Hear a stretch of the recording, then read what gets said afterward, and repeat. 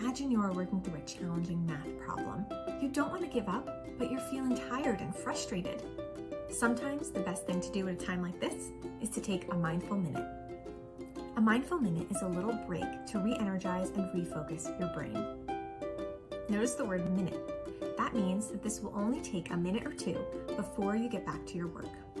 And the word mindful means that you're going to be aware of something. First, you're going to want to put whatever you're working on off to the side. I like to close my eyes.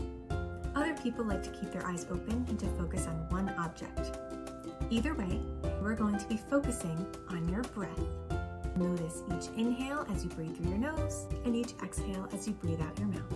I like to think of it as smelling your birthday cake and blowing out the candles.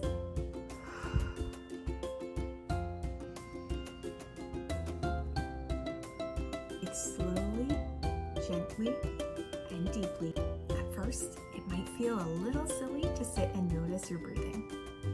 But after taking this mindful minute, hopefully you'll see that you feel calmer, more focused, and ready to get back to work.